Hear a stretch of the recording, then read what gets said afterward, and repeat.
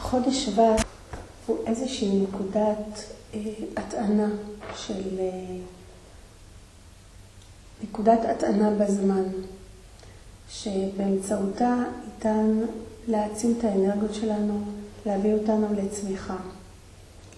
הרגשתי צורך לכתוב איזשהו מסר, אז פשוט ישבתי ליד המחשב והתחברתי להדרכה האישית שלי, ואני רוצה להקריא לכם מה שכתבתי.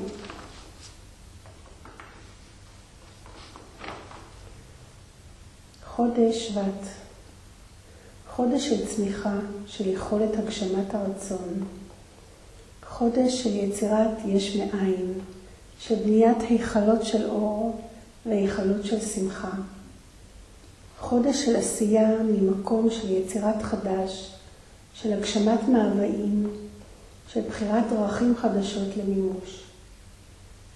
תבורכו בזו העת שהרי מחשבתכם נזרעת ותצמח כעץ המניב פירותיו. אל דאגה מפני הקור והשמש, אנרגיית חיים מביאים הם, וכל הנפסד הרי הוא מיותר. מבורכים אתם ומיועדים על השפע אשר בלבכם. הביטו פנימה לראות איך גדל זרם השפע בתוככם. איך ייטב לכם אם תיטיבו לזולתכם. איך תעצימו עצמכם בנתינה לזולת. שפע אהבה יש בעולם, מקדו אותה החוצה ולא פנימה.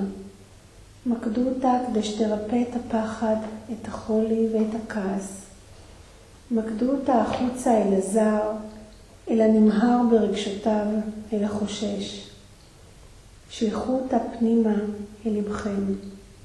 ודעו כי אתם אהבה, וכי האלוקים שוכן בקרבכם.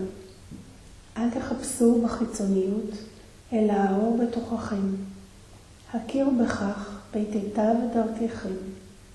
מבורכים אתם.